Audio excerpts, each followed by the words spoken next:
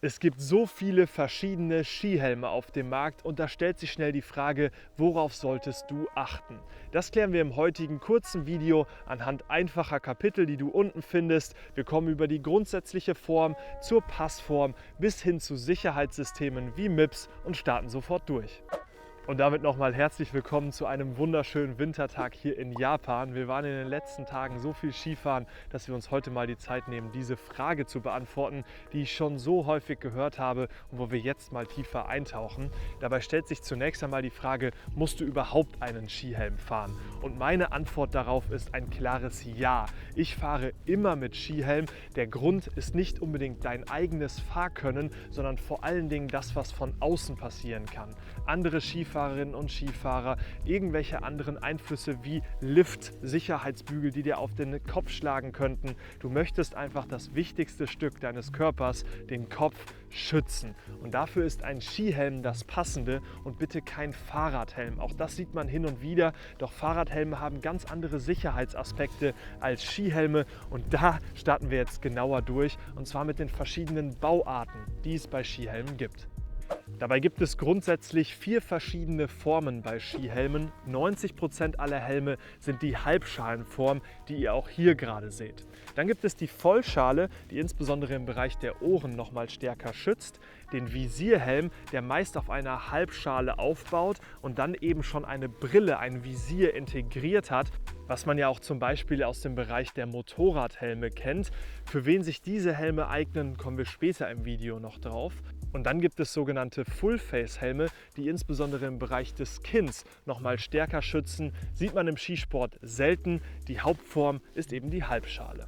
Kommen wir jetzt zur Passform, der Feinjustierung und dem Kinnriemen. Und ich erkläre euch das Ganze anhand meines Skihelmmodells, was ich jetzt seit vielen Jahren fahre. Es gibt neben Oakley natürlich noch viele weitere Hersteller wie Uvex, Alpina, Salomon etc. Ich habe euch einige Modelle unten in der Beschreibung verlinkt. Um eine gute Passform für deinen Skihelm zu erreichen, zählt zunächst einmal der Kopfumfang, womit dann die Größe des Skihelms bestimmt wird. Wenn du den Helm dann aufgezogen hast, gibt es hinten mittig meist ein Justierungssystem. Das ist entweder ein Drehverschluss wie BOA oder auch eigene Systeme von den Herstellern. Es kann auch ein mechanischer Verschluss sein. Achte dabei darauf, dass du das Ganze gut mit einem Skihandschuh bedienen kannst, denn es ist super nervig, wenn du den Handschuh erst ausziehen musst, um das Ganze einzustellen. Der zweite Punkt ist dann der Kinnriemen, den wir auch anpassen können. Auch da gibt es verschiedene Systeme. Ich mag sehr gerne ein magnetisches System, was ich hier an meinem Helm auch habe. Es gibt aber auch mechanische Verschlusssysteme oder Systeme, die dann über eine kleine Treppe sich nochmal fein justieren lassen. Da gilt es einfach mal auszuprobieren, was für dich gut passt. Wichtig ist dabei die Zwei-Finger-Regel, der Riemen sollte schön nah am Kinn anliegen, aber bei allem, was ich gerade sage, sollte es niemals drücken. Also der Skihelm in seiner Passform sollte gut und eng ansitzen, aber niemals Druck auf deinen Kopf ausüben, denn sonst gehst du mit Kopfschmerzen aus dem Skitag raus. Der wesentliche Test dabei ist der Schütteltest, wo du den Kopf in verschiedene Richtungen drehst und schüttelst, auch gerne mal mit ordentlich Schwung. Und wenn der Helm dabei stabil sitzt, also sich nicht mitdreht und auch nicht nach vorne kippt oder nach hinten kippt, dann hast du eine gute Größe gewählt. Jetzt schauen wir uns das Thema Skibrille in Kombination mit einem Skihelm einmal genauer an und geben auch ein paar Tipps für Brillenträger durch. Grundsätzlich könnt ihr natürlich auch eine solche Sonnenbrille beim Skifahren tragen. Das Ganze sieht dann so aus. Das Wichtigste ist ja der UV-Schutz, aber auch der Schutz vor äußeren Einflüssen. Deswegen 2 Punkte. Das eine ist, dass wenn ihr mit dem Helm irgendwo aufprallt, dann habt ihr natürlich bei dieser Kombination hier eine starke Kante, wo auch Druck drauf ausgeübt werden kann. Und der zweite Punkt ist ein bisschen das Aussehen. Ich persönlich finde diese Kombination hier nicht ganz so elegant. Aber ist natürlich eine günstigere Lösung, wenn ihr euch noch nicht für eine Skibrille entscheidet. Die wiederum ist dann ein geschlossenes System mit dem Skihelm, sitzt gut und ihr habt ein breiteres und größeres Sichtfeld.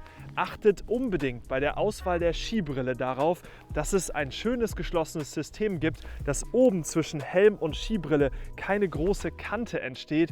Das sieht dann auch wiederum nicht so gut aus und ist wiederum nicht so sicher, da es verschiedene Möglichkeiten für äußere Einflüsse gibt. Also das Ziel, was wir erreichen wollen, ist, dass die Skibrille optimal zum Skihelm passt und ihr ein schönes geschlossenes System habt, mit dem ihr einen weiten, guten Blick und natürlich UV-Schutz habt.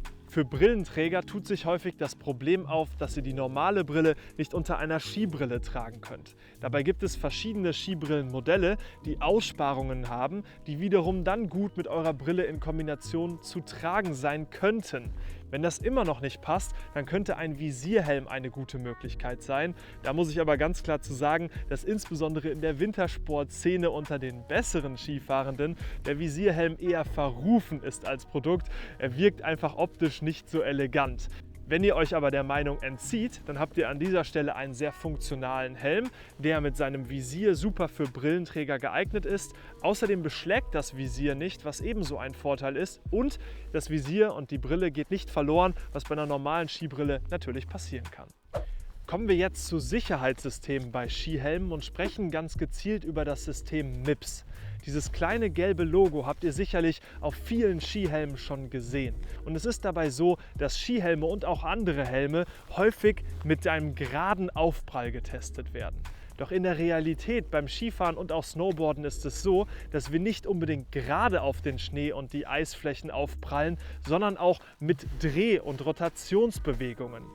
Bei Skihelmen mit diesem System ist eine zusätzliche Schale im Helm integriert und diese Schale soll die Rotationskräfte, die bei einem Aufprall herrschen können, reduzieren. Dabei sei einmal ganz klar gesagt, kein Skihelm und auch kein Sicherheitssystem kann euch zu 100% garantieren, dass ihr bei einem Sturz sicher und gesund aus der Situation herauskommt. Doch wenn ihr da die Wahl habt, ein solches System zu wählen oder eben nicht, dann bin ich der Meinung, dass ich das für mich gerne mit Ja beantworten möchte. Seit Jahren fahre ich jetzt mit dem MIPS-System. Es ist in vielen Skihelmen integriert. Ihr könnt euch da auch noch mal genauer umschauen. Auch dazu ist alles unten in der Beschreibung. Natürlich haben sich die verschiedenen Hersteller von Skihelmen nicht nur unterschiedliche Formen, Farben, sondern auch Belüftungssysteme und andere Komfortsysteme überlegt. Dabei ist es meistens möglich, dass man den Skihelm über einen manuellen Schalter entweder in seiner Belüftung öffnen oder schließen kann. An kalten Skitagen schließe ich die Belüftungssysteme, einfach um die Wärme am Kopf zu halten. An wärmeren Skitagen öffne ich gerne, um ein bisschen Luft durchzulassen und ein angenehmeres Skifahren zu ermöglichen. Bei der Auswahl des Skihelms solltest du auch darauf achten, dass deine Ohren gut eingefasst werden und du das Gefühl hast, dass die Ohren warm gehalten werden.